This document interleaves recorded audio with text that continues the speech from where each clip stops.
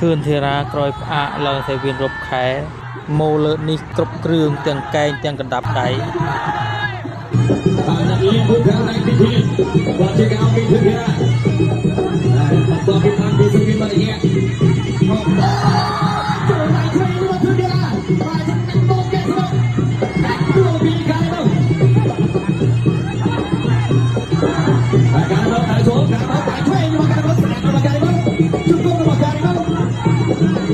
cukup berjit, lu kejaga dia koi.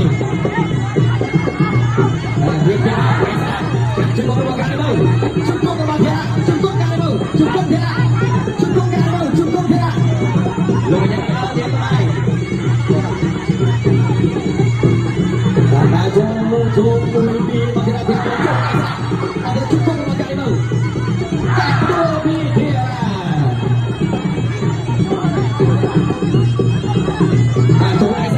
Cukup makan mau, cukup kan mau.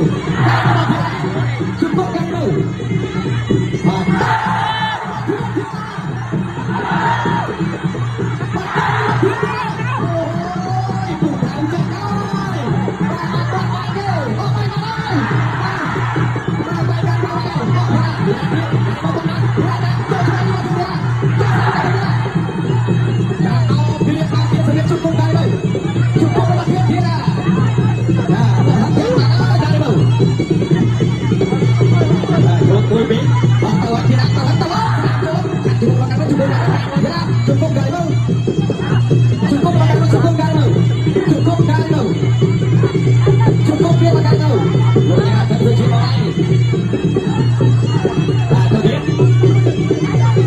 kakak ibadah dia apa dia lagi, gerakan dia, coba makan mau, lagi cuy,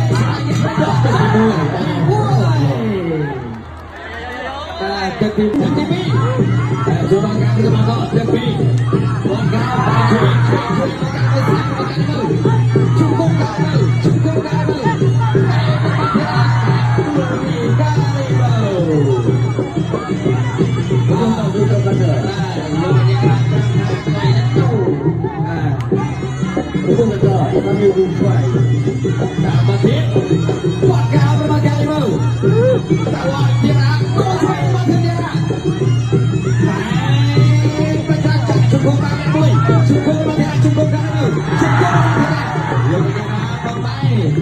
Tahu dia, sudah lihat dua yang makan tahu.